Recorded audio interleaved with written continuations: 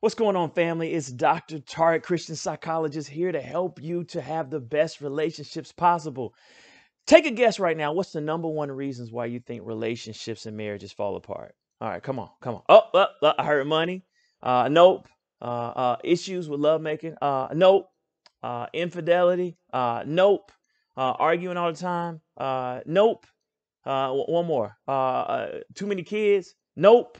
All right. All those things do stress a marriage, but the number one thing that breaks a marriage is so obvious you're going to slap yourself for not getting the answer right. It's disconnection.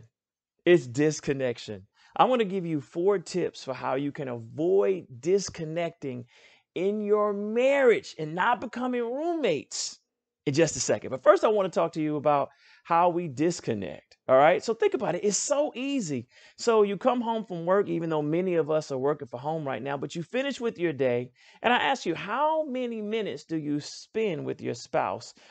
Undivided attention, just checking in with them, connecting, and find out about their day. That's right.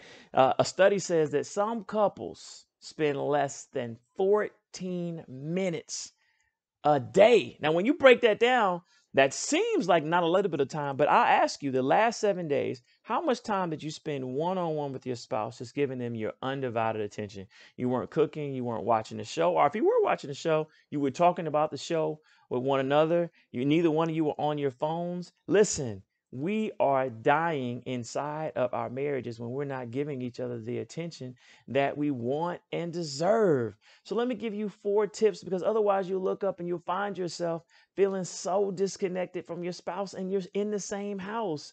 You'll be watching Netflix and they'll be cooking, or you'll be watching basketball and they'll be taking care of the kids, or you'll be with the kids and then they'll be on a Zoom call, and you'll realize that we give everyone our undivided attention except for our marriage. And what does not grow stronger is getting weaker. If you're not working out, you're getting weaker.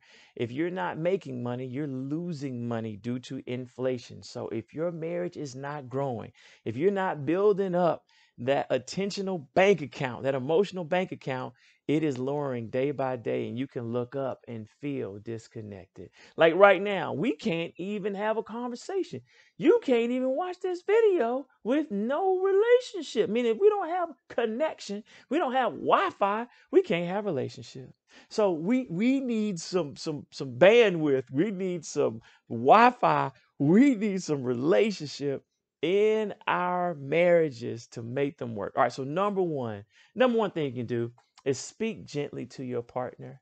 We know that the soft startup is something that makes couples feel connected. So if you come home and you're harsh, hey, babe, I'm working all day, you didn't cook dinner. Well, replace that with, hey, babe, I know you've been doing a lot today. When do you think dinner could be done? I'm really hungry. Start with a gentle startup. It says in the word, Proverbs 15:1, a gentle answer turns away wrath, but a harsh word stirs up anger. Let's be doers of the word. So speak gently to one another. Research shows we can tell how a discussion is going to end based on the first 5 to 10 seconds of how it is started. How you start is how you finish. All right, number 2, tell your partner when they do something right. We have this tendency to be verbally critical, but silently praise our partners.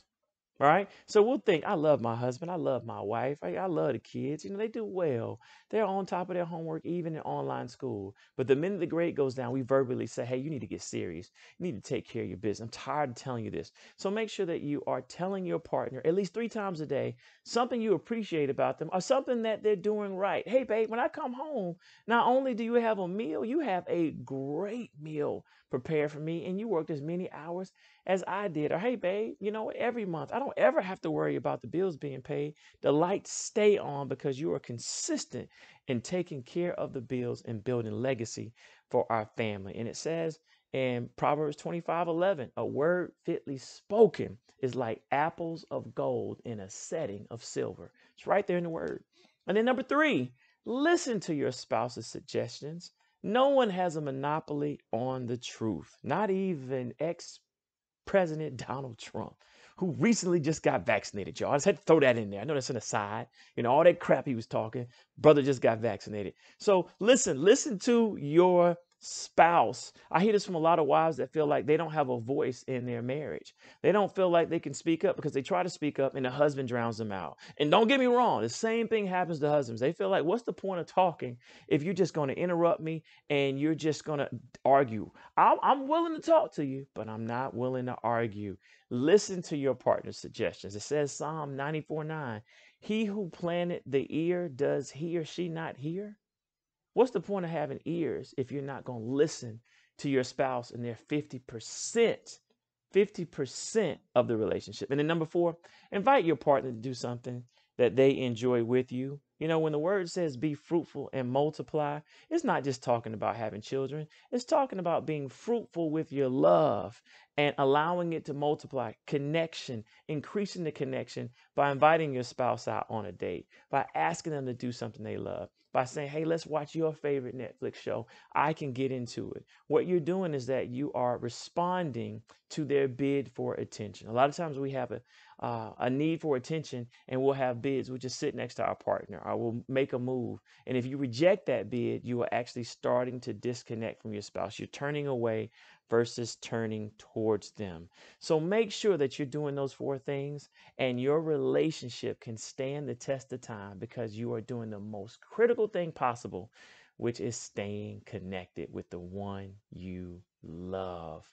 We stay connected with God by having relationship, by being in prayer, by fasting, especially during right now where it's Lent, by going to Bible study, by going to church, by being in our word. And so our relationship stays tight.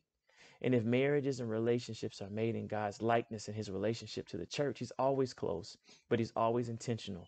So make sure that you're intentional about making sure that you stay close to your spouse. Take care and God bless.